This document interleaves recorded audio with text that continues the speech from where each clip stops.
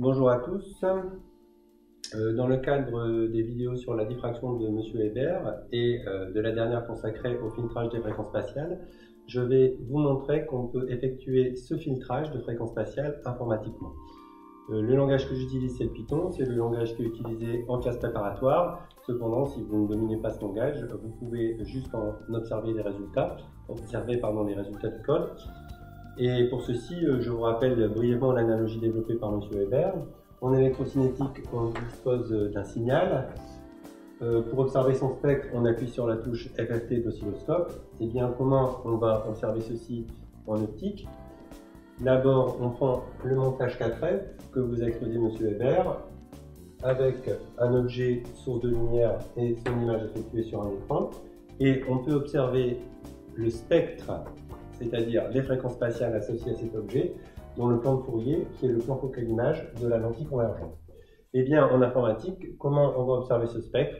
Simplement en faisant un calcul informatique de FFT, transformé de Fourier rapide, et on obtiendra une image qui représentera l'amplitude des harmoniques présentes dans le spectre de l'image.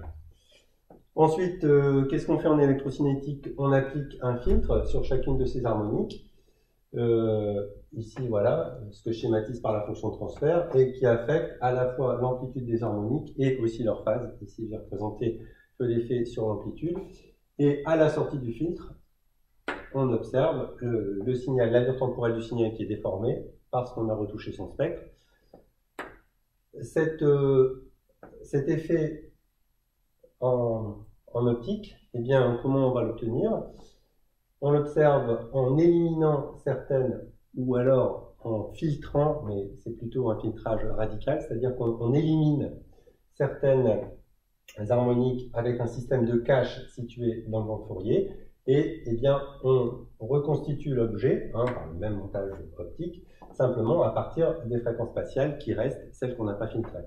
Comment on va faire ceci en informatique? Eh bien, on va annuler l'amplitude de certaines des harmoniques présentes avec application d'un filtre. Donc si par exemple ici, je vous dessine l'effet d'un filtre passe-bas, j'élimine en annulant l'amplitude des harmoniques présentes les amplitudes des harmoniques haute fréquence et par une transformée de Fourier inverse appliquée sur le spectre modifié, eh bien, j'obtiens la photo que j'appelle photo retouchée, puisque on peut voir ça comme une photo retouchée, puisque j'ai retouché son spectre pour faire des modifications sur elle. Voilà, on va passer au code. Je vais d'abord commencer par vous présenter brièvement le code du programme. Il faut avoir quelques bases en Python. Si ce n'est pas le cas, vous pouvez passer cette partie et voir directement les résultats. Ces résultats s'interpréteront de la même façon qu'en physique. Donc j'importe d'abord ici Pylab, qui est basiquement l'importation de NumPy et de matplotlib.pyplot réunis. Un petit changement de répertoire pour localiser mes images correctement. La lecture des images par la fonction imread qui est dans NumPy. Et cette lecture s'effectue par un stockage dans un tableau NumPy que j'appelle img.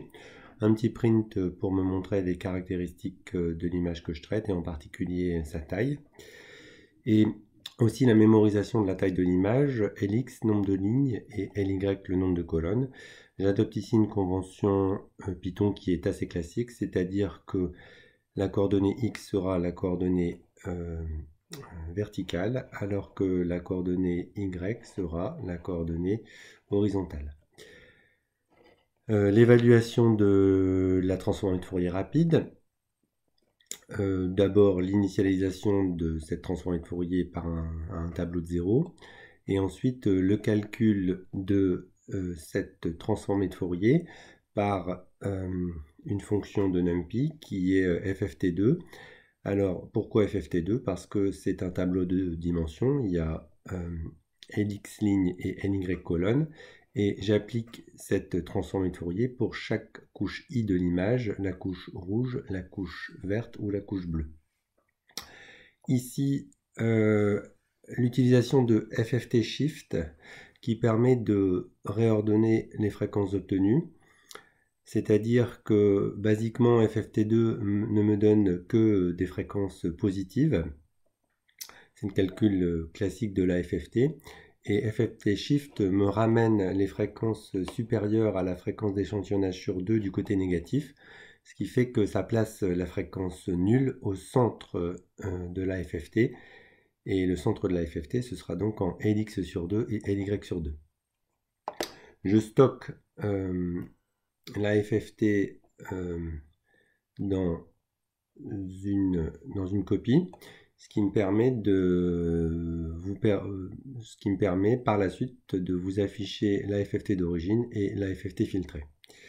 La définition des filtres, alors qu'est-ce que c'est qu'un filtre? C'est une sorte de masque qui va s'appliquer sur la FFT, c'est un calque donc que je vais appliquer sur la matrice FFT, et un calque de booléen, c'est-à-dire que si le booléen vaut false, eh bien le filtre sera sans effet, et si le booléen vaut true, eh bien l'amplitude de la fréquence correspondante sera annulée. Donc c'est en fait un filtre abrupt qui vaut ou 1 ou 0. Alors, un premier filtre passe-bas. Donc, comment je définis un filtre passe-bas? Je calcule une distance par rapport à la fréquence centrale. Voici ici la distance, on reconnaît ici un carré. Et si je suis suffisamment loin de la fréquence centrale, avec une fréquence de coupure que je règle ici, eh bien, j'annule l'amplitude des fréquences. Je passe sur les filtres suivants que je vous commenterai après. Et on va voir comment on applique le filtre de cette manière. C'est un peu une sorte de composition. Je prends la FFT que j'avais stockée dans FFT filtre et j'applique le masque.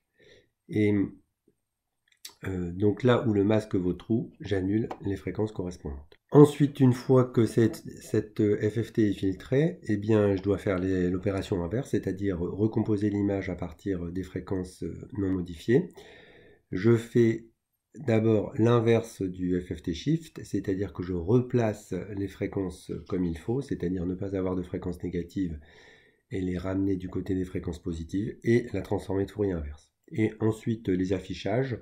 Donc j'ai choisi d'ouvrir deux figures, une figure avec deux sous-graphes, un sous-graphe qui contient la transformée de Fourier, alors plus exactement le module de la transformée de Fourier que j'affiche de façon logarithmique, et sur un second sous-graphe, eh bien la même chose mais sur le filtre, sur la FFT filtrée. Et une deuxième figure dans laquelle s'afficheront l'image d'origine et l'image reconstituée à partir de la FFT filtrée. Donc on va voir comment se comporte ce programme sur une première image. Le premier filtre que j'applique, c'est un filtre passe-bas sur une image que j'ai notée tissage S, qui est donc la photo d'une serviette de table en fait. Voilà, donc les résultats du programme se sont affichés ici en bas sous la forme de mes deux figures. Alors voilà la photo de la serviette de table initiale. Pourquoi j'ai choisi ceci? Parce qu'il y a une double périodicité selon X, les fils selon X et selon Y. Et donc voilà l'image filtrée sur laquelle j'ai réussi à faire disparaître le tissage. Comment j'ai fait ceci? Eh bien on va regarder ce que j'ai fait à la série de Fourier. La transformée de Fourier. Donc voici la transformée de Fourier. Alors c'est une image en fausse couleur, hein, c'est-à-dire que les pics les plus intenses sont représentés en jaune, voire en rouge, alors que les amplitudes des fréquences les plus faibles sont représentées en bleu. Donc on voit ici apparaître la double périodicité. Ici on voit donc la fréquence centrale, ce qui correspond à la valeur moyenne de la luminosité de l'image, et ensuite les fréquences spatiales selon X et les fréquences spatiales selon Y. Et j'applique donc un filtre passe-bas, c'est-à-dire que je ne sélectionne que les fréquences proches de la fréquence nulle, et ce qui me permet en particulier d'annuler toutes les grandes fréquences spatiales. Les grandes fréquences spatiales qui correspondent quand même à des petits détails, et donc en particulier au tissage. Je vous fais remarquer que c'est encore un affichage en fausse couleur, c'est-à-dire que là où j'annule les fréquences, les amplitudes sont nulles et ici c'est affiché en blanc. Voilà, donc je vous remontre l'effet du filtre passe-bas. J'ai réussi à éliminer le tissage selon X et le tissage selon Y. Alors, un autre filtre que je vous commente tout de suite, voilà, qui est là un peu plus haut. Je vais réaliser la même opération, mais en ne filtrant que les hautes fréquences spatiales selon X. Donc voilà, j'ai appelé ça passe-bas X, c'est-à-dire que les fréquences suffisamment éloignées de la fréquence nulle selon X sont coupées à une fréquence de coupure qui est ici. Et je vais donc appliquer ce masque sur la même image, sur l'image précédente. Voici le résultat qui va s'afficher. Voilà, donc qu'est-ce que j'ai réalisé? Voici l'image initiale et vous voyez que j'ai réussi à faire disparaître les fils horizontaux. Comment j'ai fait? Eh bien, on va voir ce que j'ai fait sur la série de Fourier. Voilà. J'ai éliminé toutes ces hautes fréquences spatiales selon X et ces hautes fréquences spatiales selon X qui correspondaient donc à des périodes, les grandes périodes selon X sont éliminées et ça correspond bien à donc l'élimination des fils selon X et je vous rappelle que la coordonnée X et X représente ici les lignes de mon image. On peut appliquer le même type de filtre bien sûr selon Y. Donc où est-ce que j'ai mis le filtre passe-bas selon Y? Il est ici et normalement ça va me permettre d'éliminer le tissage selon Y. Voilà, je vous montre le résultat qui s'affiche ici. Donc encore une fois, je n'ai gardé cette fois-ci que les fils selon X et j'ai éliminé les fils selon Y grâce à un filtrage du même type, mais cette fois-ci réalisé sur les fréquences selon Y. On peut s'amuser à faire d'autres choses. Alors, je vais reprendre un filtrage selon X. Et alors, j'ai appelé ça un filtre coupe-bande, c'est-à-dire que je vais éliminer des fréquences spatiales moyennes de part et d'autre de la fréquence nulle pour X. Vous allez voir l'effet sur le filtre, ce sera un petit peu plus clair. Donc j'ai appelé ça coupe-bande, hein, c'est-à-dire que je vais retirer une bande de fréquence du côté des positifs et aussi du côté des négatifs. J'applique le filtre coupe-bande selon X. Bon, cette fois-ci, je n'ai pas fait d'exemple selon Y. Et je vais voir le résultat qui s'affiche ici. Alors, est-ce que... oui, le résultat est assez clair. C'est-à-dire que, bon, déjà, je vous montre peut-être le filtre, puisque c'était un petit peu difficile à décrire à l'aide du programme. Vous voyez, donc, j'ai gardé l'essentiel des fréquences selon X, mais j'ai retiré cette bande de fréquences ici, et la bande symétrique, donc, deux bandes du côté positif et du côté négatif des fréquences. Donc voilà, j'efface le filtre et je vous remontre l'image. Qu'est-ce qui s'est passé? Eh bien, on peut voir que j'ai réussi à augmenter la périodicité du tissage selon X. Pourquoi? Parce que j'ai éliminé des fréquences moyennes selon X et il ne me reste plus que des grandes fréquences spatiales selon X et des grandes fréquences spatiales selon X correspondent donc à des plus fins détails selon X. Donc c'est encore une fois là j'ai fait là plutôt j'ai fait apparaître un tissage qui n'existe pas, j'ai densifié le tissage. Un dernier exemple aussi assez spectaculaire, un filtre diagonal. Alors qu'est-ce que c'est que le filtre diagonal? C'est un filtre qui va consister à ne garder que des fréquences situées selon la diagonale du spectre, cette diagonale étant définie ici par la droite J qui correspond aux ordonnées, hein, égale aux abscisses fois une pente. Cette pente est réglée par rapport aux dimensions de l'image. Et je garde les fréquences qui sont dans une bande que je règle ici aussi avec une fréquence de coupure située de part et d'autre de cette diagonale. Voyons le résultat. Voilà, le résultat s'affiche ici. Donc je vous montre tout de suite le filtre parce qu'il était un petit peu difficile à décrire en Python. Voilà, donc vous voyez la diagonale ici. Je n'ai gardé que des fréquences de part et d'autre de cette diagonale. Et donc, en fait, on retrouve un peu des ordres qui correspondraient aux ordres d'un réseau. Et je vous renvoie aux explications de M. Weber. Si j'ai des ordres selon cette direction pour un réseau, c'est que les fils, les fentes du réseau sont dans ce sens-là. Eh bien, on voit le résultat sur l'image. Tout se passe comme si j'avais, pour l'image, des fils qui étaient... Alors, je peux peut-être vous montrer ça en plus grand. Voilà. J'ai fait apparaître un tissage selon la diagonale. Encore une fois, à partir de l'image d'origine, j'ai fait apparaître un tissage qui n'existe pas. Voilà. Alors, quels sont encore les exemples suivants? Eh bien, cette fois-ci, on retrouve un filtre passe-haut. Alors, un filtre passe-haut, à l'inverse, ne va garder que les hautes fréquences, et c'est un filtre que j'ai pris très sévère, c'est-à-dire que je n'enlève que la fréquence centrale au milieu de l'image. Hein. Je ne retire que la fréquence nulle, en fait, qui va correspondre à la valeur moyenne de l'image. Je vais appliquer ça sur une image différente, une photo de mes lunettes,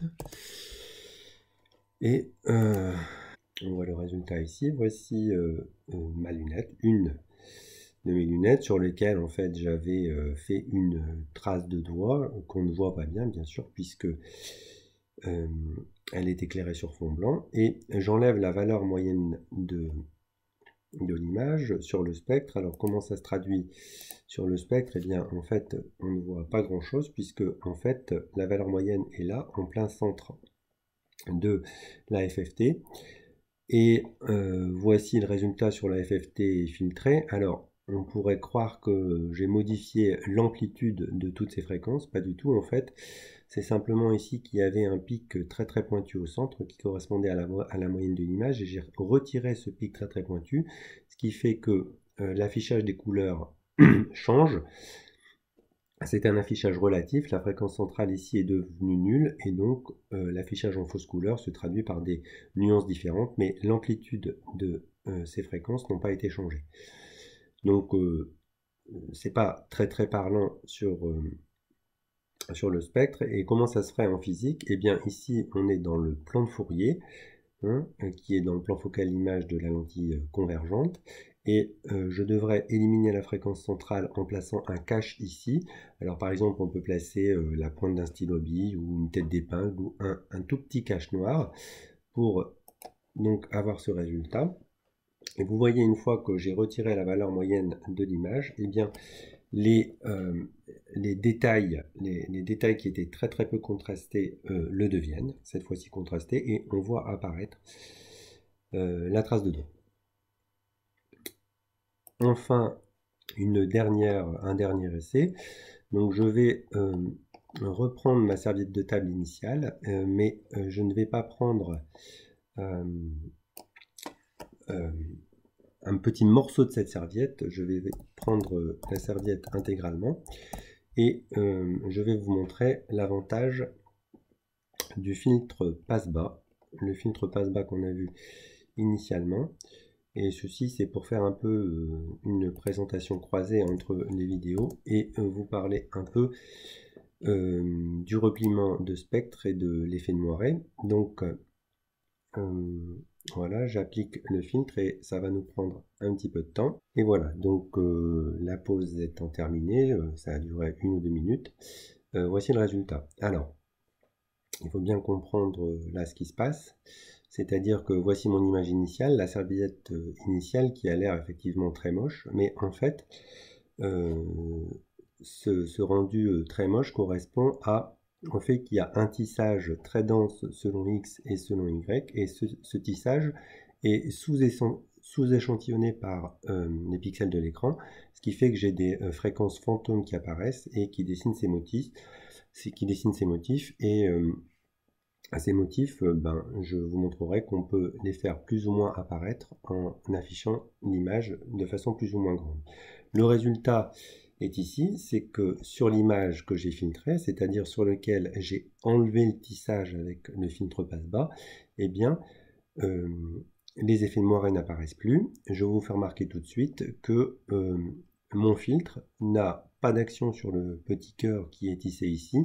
Donc c'est un filtre qui peut être très efficace si je ne veux m'occuper que des effets de moiré. Voilà, évidemment, revoici le filtre dont je vous avais parlé tout à l'heure, et je peux vous montrer les effets de moiré de façon plus subtile en n'affichant que l'image initiale et l'image filtrée. Donc l'image initiale, elle s'appelle IMG, et je ne vais exécuter que ces 3 lignes de code pour l'afficher. Voilà, donc voici l'image initiale. Alors là, l'effet de moiré n'apparaît pas, hein, mais je vais le faire apparaître en sous-échantillonnant, voilà, en sous-échantillonnant l'image. Hein, voilà, ici vous le voyez assez bien.